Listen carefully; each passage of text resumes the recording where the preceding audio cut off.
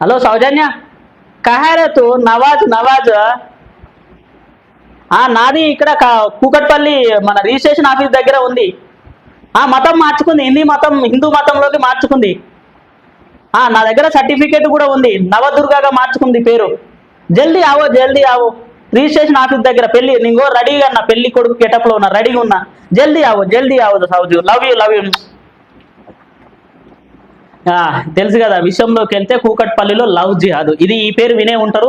Only Hindu అమ్మాయిలను target చేసి వాళ్ళని హిందూ మతం నుంచి ముస్లిం మతంలోకి మార్చుకొని పెళ్లి చేసుకొని ఒక ట్రాప్ చేస్తారనమాట వీళ్ళు. అంటే మనం ముస్లిమ్స్ అయితే హిందూ అమ్మాయిలు పడరని వీళ్ళే ఏంది అంటే ఇండైరెక్ట్ గా మేము హిందూ మతంలోకి మారినామని నమ్మిస్తారు. ఎవరు? ఈ ముస్లిం కుర్రాలు. మార్చిన తర్వాత అక్కడ హిందూ అమ్మాయిలు ఈజీగా నమ్మేస్తారు. ఇదే ఘటన ఇప్పుడు కూకట్పల్లిలో జరిగింది. ఆ అమ్మాయికి ఏదో షాప్ ఉంటే ఏదో రెంట్ పర్పస్ వచ్చిరు. తర్వాత నేను ఈ కొంచెం కాస్త పచ్చం కాస్త ప్రేమగా మారింది, ప్రేమ కాస్త పెళ్లి దాకా పోయింది. మేము హిందువులం అంటే లేదు, నేను కూడా హిందూ మతంగా మారుతాను, ఒక సర్టిఫికేట్ తెప్పించేసి నవాజ్ అనేది నవదుర్గ పేరు మార్చుకున్నా అని చెప్పేసి నమ్మిచ్చిండు, పెళ్లి చేసుకుంటూ తర్వాత కొన్ని రోజులు వాడుకున్నాడు.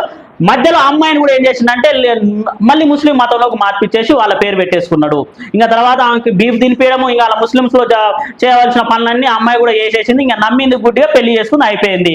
కాబట్టి ఇక్కడ కొందరు ముస్లిం మూకల వల్ల, ఇలాంటి దొంగ మూకల వల్ల మంచి ముస్లింస్లో కూడా చెడ్డ పేరు వస్తా ఉన్నది. ఒకసారి ఆలోచన చేసుకోండి. ఇంకా మేజర్గా హిందూ మహిళలు, అక్కలు, చెల్లెళ్ళారా చూడండి అక్క. ఏంటి రోజు చూస్తూనే ఉన్నాం కదా సోషల్ మీడియాలో, ఎక్కడో వార్త జరిగినా కూడా టక్కున మన ఫోన్ దానికి వస్తుంది. డ్రమ్ములు, కుక్కర్లు, ఫ్రిడ్జులు ఇవన్నీ చూస్తూనే ఉన్నాం కదా. ఇవి చూసి కూడా పోయి బురదల పడితే ఏముంటుంది చెప్పు? చేతులు కాడినాక ఆకులు పట్టుకున్న అనవసరం అక్క. ఆలోచన చేయండి. చూసి ఎందుకు పడతా ఉన్నారు?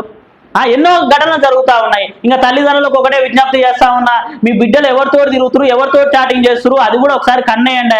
నైట్ పడుకుంటప్పుడు ఎన్ని గంటల దాకా పడుతున్నారు, పొద్దుగా లేవగానే ఏడికి పోతుంది, కాలేజీగా పోతున్నా ఇంకెక్కడికన్నా పోతుందని మీరు కూడా ఒక కన్నేస్తే మీ బిడ్డల జీవితాన్ని కాపాడినట్లు అవుతుందని నేను ప్రత్యేకంగా వేడుకుంటున్నా.